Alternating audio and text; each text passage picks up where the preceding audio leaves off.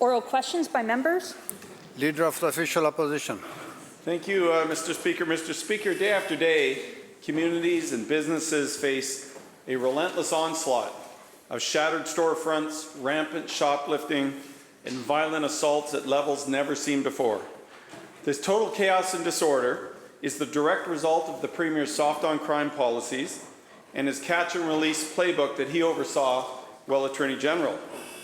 But people have had enough, including the Save Our Streets Coalition, made up of retailers and community groups that have a clear message for the Premier that what he is doing is not working. So my question is, when will the Premier listen to the united voices of communities and businesses and admit that his soft-on-crime approach has utterly failed? Attorney General.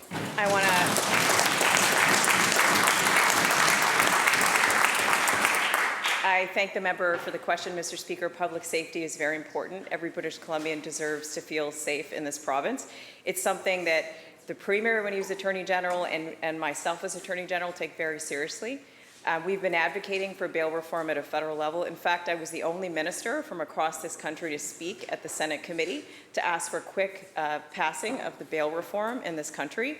Mr. Speaker, we're investing in the programs on the ground across government to make sure that the communities have the resources they need to face the challenges that they're seeing when it comes to some increase in vandalism and crime. Mr. Speaker, we'll continue to put in the effort it takes to make this better for communities. Thank you, Mr. Speaker.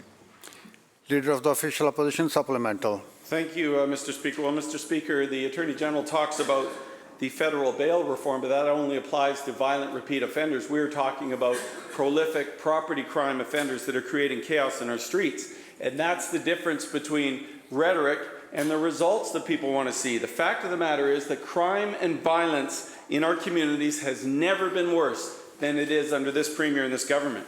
Clint Melman, the London Drugs president and member of the Save Our Streets Coalition, said it best, and I quote, "Words don't mean much. We want to see measurable results." End of quote.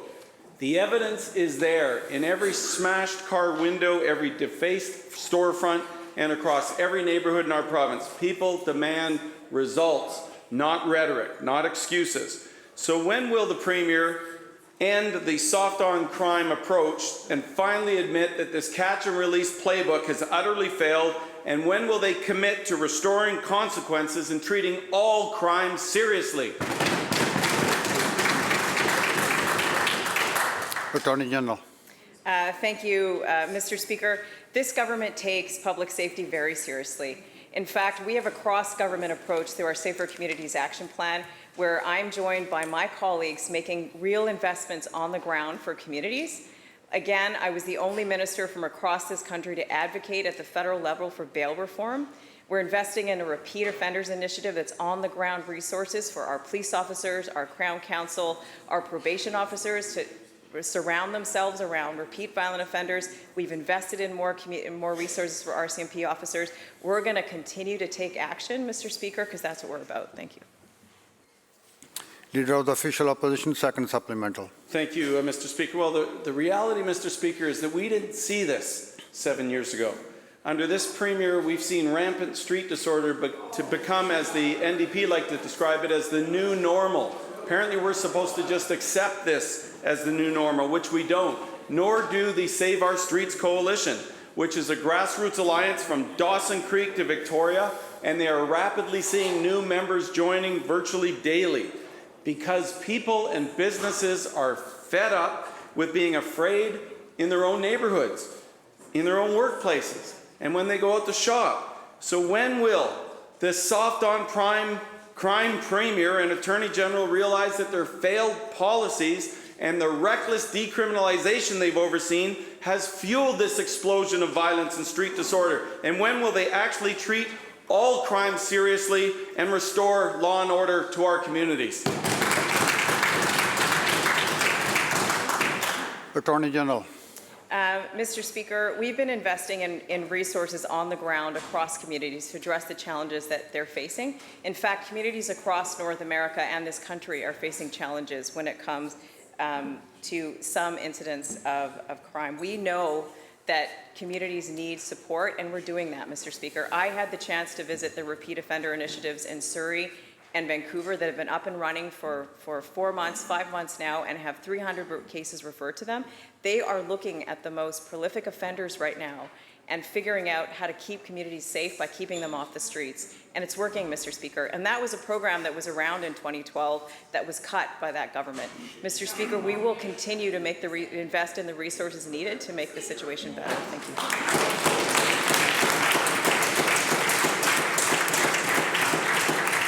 House Leader of the Official Opposition. Well, Mr. Speaker, violence, social disorder, and property crime has never been worse in British Columbia than it is today under this soft-on-crime premier. The Premier's refusal to treat all crime seriously is also having a profound impact on British Columbians, costing each family $500 annually due to unchecked retail crime. The Save Our Streets Coalition highlights the huge costs of spiraling theft, a fact highlighted by the second wave of Operation Barcode by Vancouver Police, which netted 258 arrests and $57,000 in stolen merchandise. Now, despite the best efforts of police, under this Premier's catch-and-release justice system, nearly half of these arrests did not lead to charges. Incredible. When will the Premier stop his catch-and-release approach to the justice in this province and treat all crime, including property crimes, seriously and with urgency? Hear, hear. Attorney General. Thank you, Mr. Speaker. I just want to correct a statistic there, which is just not true. Of the files that the BC Prosecution Service received from the VPD related to the Barcode project, over 83% were approved for charges.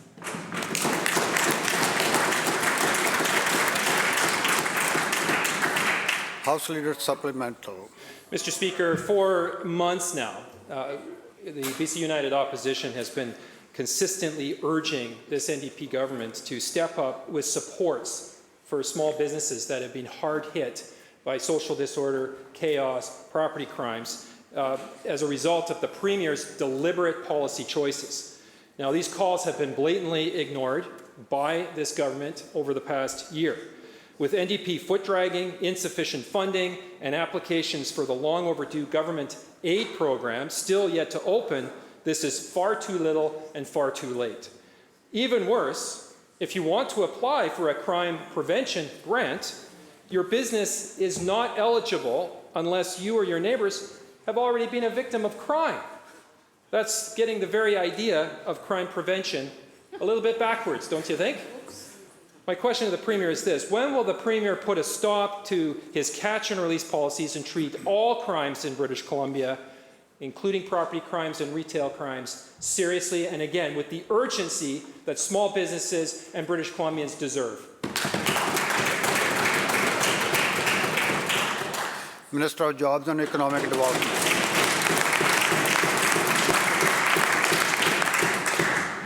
Thank you, Honourable Speaker. Thank you to the member opposite for the question. We are seeing challenges for small businesses in downtown cores all across Canada, all across North America. It's a concerning trend. Incidences of violence and crime, they worry us. It's important that small businesses and people working in small businesses feel safe. That's why we're doing a number of different things to address this challenge. The Safer Community Action Plan is a very important part of it, but also we met with small businesses and heard from them that they need some direct support. Our Securing Small Business Rebate is $2,000 to help small businesses that have been impacted, graffiti, break-ins, the like. It also can cover the deductible because, of course, businesses also have insurance, so the deductible can be used. The $1,000 is in addition to that to allow small businesses to purchase things like cameras and roll downs to provide some protection. The whole $3,000 can be applied for as of November 22nd, and it's backdated to January 1st, all of this year.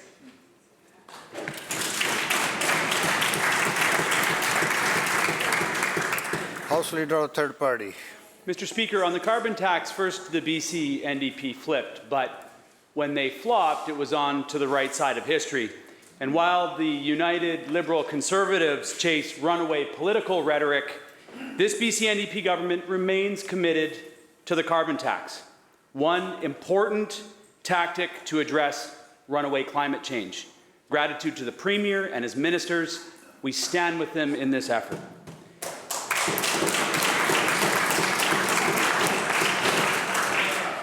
On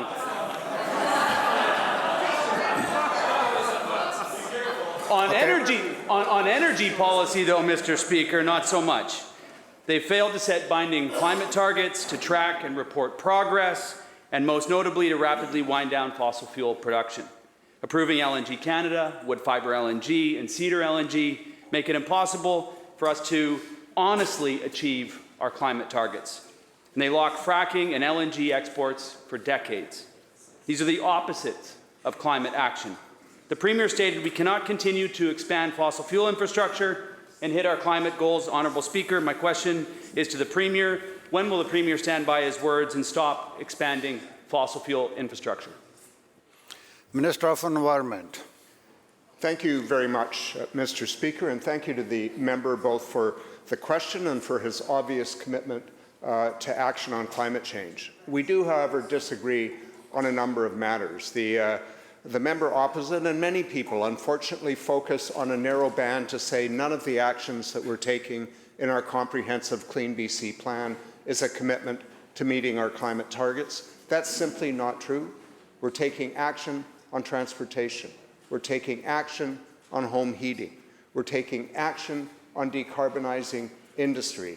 And we are taking action through our new Energy Action Framework in developing a regulatory cap on emissions from the oil and gas sector to meet our target of a minimum 33% reduction by 2030. That's what we're doing. We're also focusing through the major projects and Clean Energy Office on encouraging and supporting the development of clean energy and clean energy technologies in all its forms, as recently witnessed with the agreement of our Premier and the Premier of Newfoundland and Labrador to collaborate on hydrogen production. House Leader, third party supplemental. Thank you. While we stand with this government in support of the carbon tax, we will continue to hold the government accountable to the commitments that they've made to ensure that we are on track to meeting our climate commitments. The hard truth in BC is that we're not heading in that direction. Incrementalism and empty rhetoric won't save us. Immediate and fulsome action will. The organization Canada Action is spreading misinformation about LNG with the Minister of Energy and Mines photo in their ads. Does she know that she's become the face of LNG and greenwashing? LNG does not reduce global emissions, as leading experts have repeated time and again. LNG will not be net zero, regardless of how many carbon offsets they purchase. So my question, Honourable Speaker, is to the Minister of Energy. What will she do to ensure that she does not continue to be the face of LNG in their misleading ad campaigns? Minister of Energy and Mines. Thank you very much, Honourable Speaker. Thank you, and thank you to the member for the question. And yes, he's absolutely correct that my face may have appeared on ads of what companies want to put out there. Mr. Speaker, it doesn't change what this government stands for, and it doesn't change what I stand for. Mr. Speaker, following on the words of the Minister of Environment, this government takes climate action extremely seriously, has set in ambitious targets and a comprehensive Clean BC plan that has an extensive set of policies across all sectors to drive our emissions down. We know that we need to do this in a way that works for communities and works for people, and that's why we set up the new Energy Action Framework. We have the oil and gas emissions cap that's coming in. We know that this society is transitioning from fossil fuels into clean energy. The Clean Energy and Major Projects Office has been stood up to direct companies into government so that we can help them through the regulatory processes. We can help them make their final investment decisions. We've seen so much interest in hydrogen. We're seeing interest in biofuels. We know that mines want to electrify. We're working directly with Indigenous nations, with First Nations, to increase their equity stakes and the benefits that they'll receive from clean energy. Mr. Speaker, we are going to stay focused on this, laser focused on this. I appreciate the members' attention to this, and I appreciate the question. Thank you.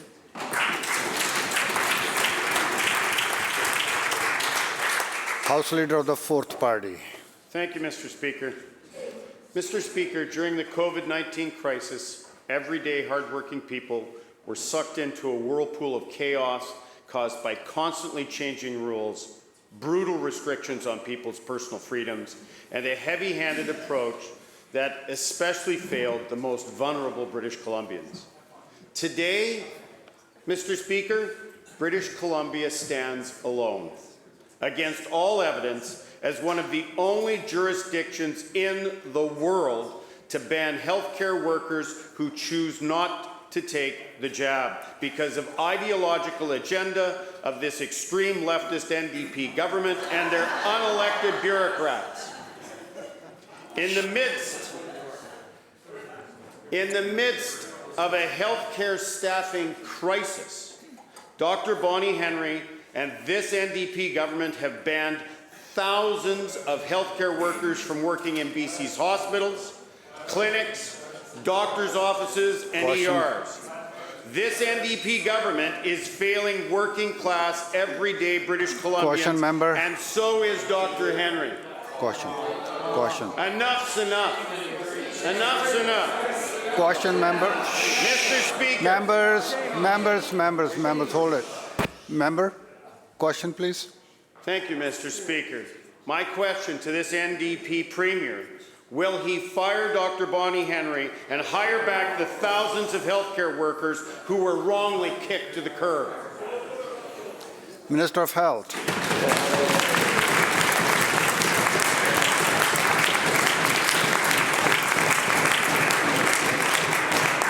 Well, I think, Honourable Speaker, people in BC know that we as a province, not the government, but the whole province, the people of BC, led the world in our response to COVID-19.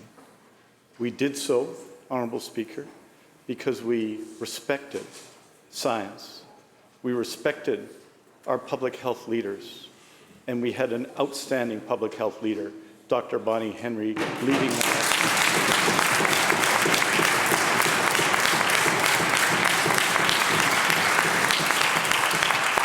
There are jurisdictions that have intervened to fire their provincial health officer. We are proud of ours, we support ours, and we're going to continue to do so.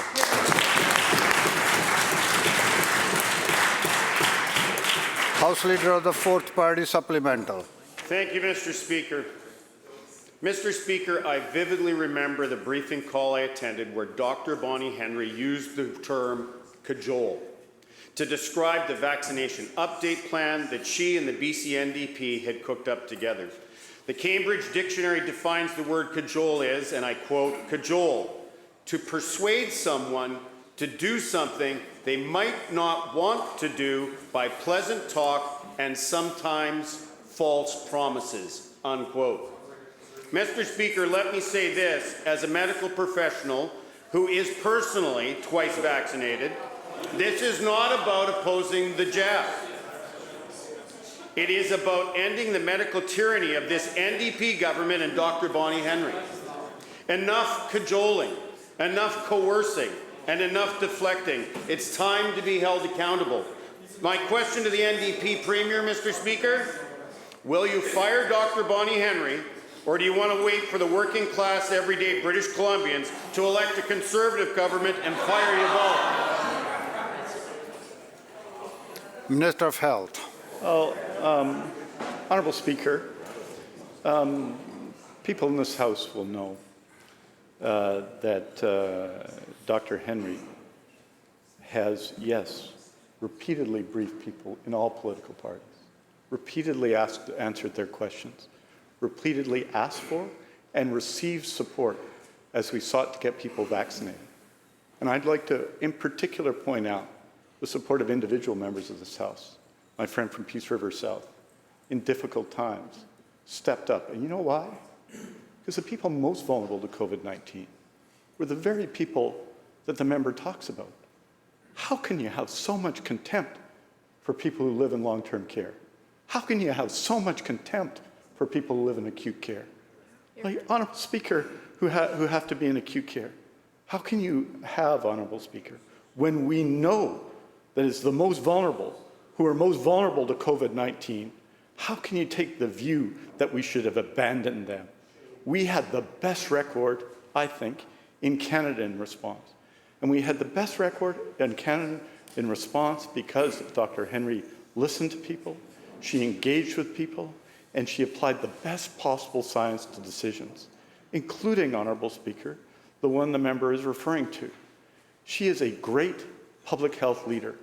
I am proud to be associated with her, and I think it is shameful that she's been targeted in this way by a political party in this legislature. She has done a great, courageous, and remarkable job. I stand with her, and I hope everyone in this House does.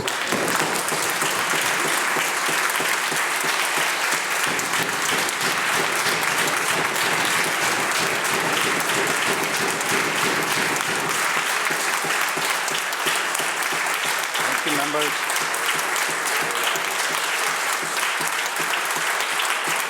Thank you, members. Member for Carrick-Chilcotin. Well, thank you, Mr. Speaker. Violence and social disorder has never been worse in this province. Melanie and Troy of Walkrite Shoe Store are casualties of this Premier's failed catch-and-release policies. Last week, thieves shattered their store's large display window with a large rock and looted their business. Amid shattered glass, Melanie says, and I quote, "More importantly, they stole our family's livelihood, yet we are just supposed to shrug it off again. Repeat offenders aren't being held responsible, and they know there are no consequences," end quote. Mr. Speaker, when will this soft-on-crime Premier end his failed catch-and-release policies and restore accountability so that crimes have consequences in this province? Attorney General. Mr. Speaker, everybody in this province deserves to feel safe.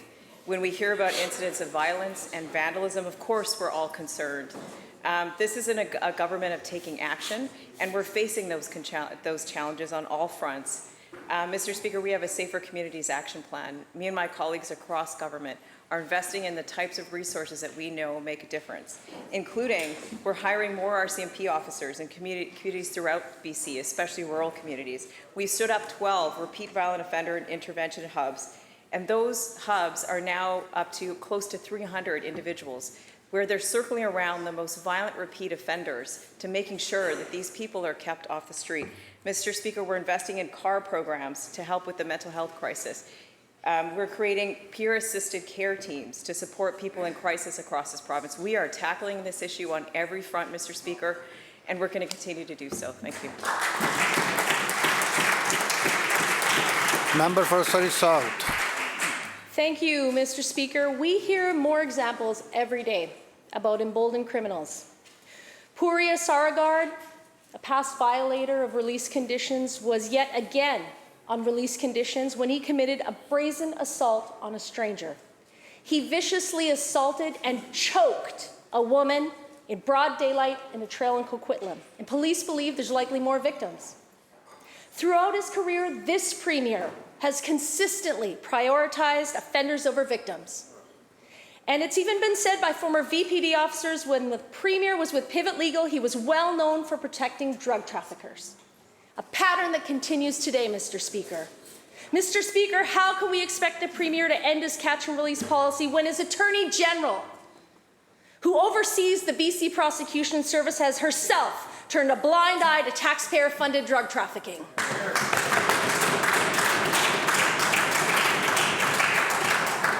Attorney General. Mr. Speaker, I want to start by saying when we hear about incidents of that violence and crime in community, of course, it's disturbing and it's for all of us. And we know that we need to take action. We are taking action, Mr. Speaker. It's a challenge that's been faced by communities across North America and Canada. I want to say that I see the impact of the resources that we're having on the ground right now. Repeat violent offending is a serious concern that we're tackling head on. We know that repeat violent offenders need to be kept off the street to keep communities safe, and we're tackling that on all fronts, Mr. Speaker. We are asking for bail reform at the federal level. We've led the charge across this country when it comes to that bail reform, and will continue to do so. I'm informed that it passed at the Senate today. I'll be speaking with Minister Barani to come up, to continue to advocate for that to pass quickly through the House of Commons. We need to keep at this issue, Mr. Speaker, and we're standing with communities to make sure that they're safe.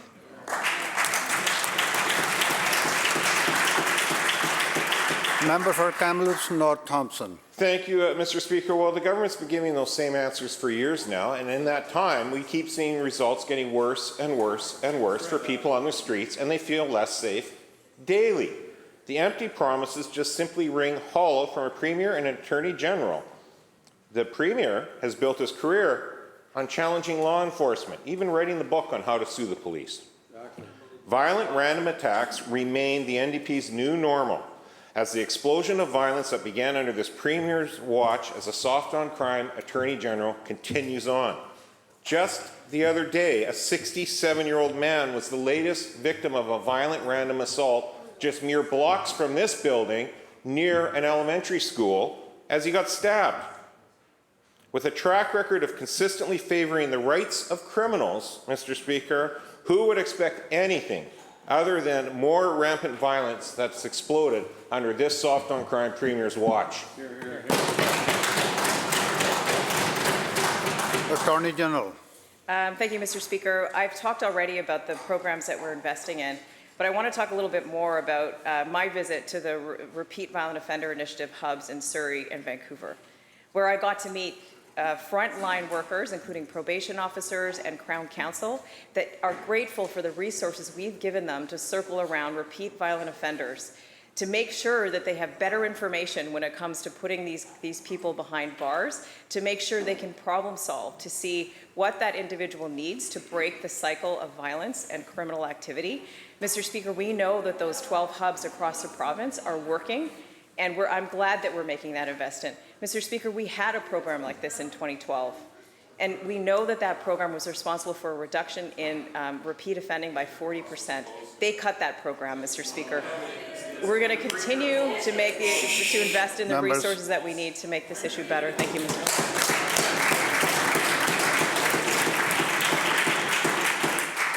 Member for Prince George Valemount. Well, the attorney and the government can try to blame everyone else, but growing social disorder and crime rests squarely on this Premier's shoulders. The Premier's anti-law enforcement track record is crystal clear.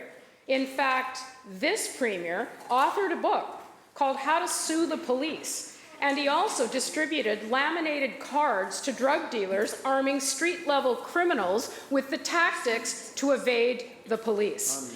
Ex-Sergeant and VPD veteran Curtis Robinson says, and I quote, "The Premier stood in the way of active and effective enforcement. He drove a wedge between effective policing and those who were active in crime," end quote. That is the record of the Premier of British Columbia. So how in the world can the public ever trust this Premier to put the rights and the safety of law-abiding citizens over criminals?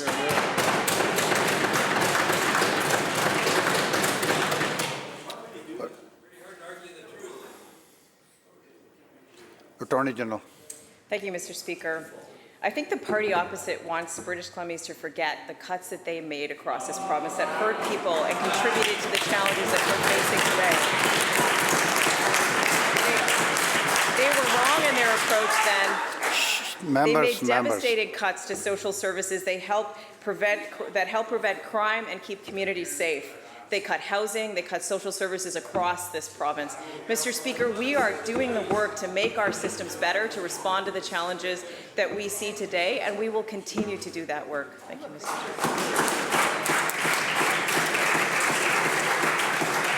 Speaker. Member for Prince George Valemount supplemental. Well, it's time for the Attorney General to look in the mirror. Violence and social disorder have never been worse in British Columbia. And the members opposite might want to mock and think that's funny. British Columbians do not think it is funny when the Premier of British Columbia didn't bother to leave his militant activism at Pivot Legal behind. Instead, what did he do? He brought his anti-police sentiments into his roles in government, undermining law enforcement at every single turn. Let's look at the facts. As Attorney General, this Premier oversaw a 75% increase in no-charge recommendations and a 40% decrease in the number of people in jail. That is his record. Stop looking in the rearview mirror and look in the mirror at this government's record. On his watch, we saw precedent established where the release of violent offenders before the ink dries on the police reports is not the exception, but the rule. Members. So when will Members. the Premier prioritize the safety of innocent victims over criminals in British Columbia?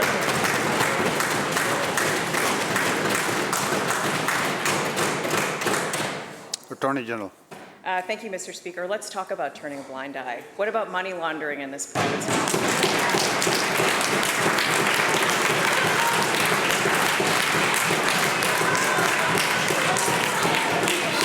Members.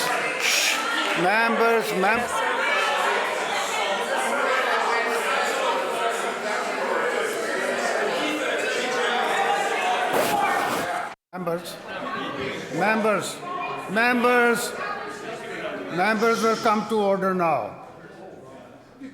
Member. Attorney General has the floor. Thank you, Mr. Speaker. Member, please come to order. Attorney General. Thank you, Mr. Speaker. We have been taking the issue of repeat violent attacks and offenders in this province very seriously. We stand with people and communities that are asking for the resources that they need to make this problem better, and we're doing that, Mr. Speaker, and we'll continue to do that work. Thank you. The bell ends the question period.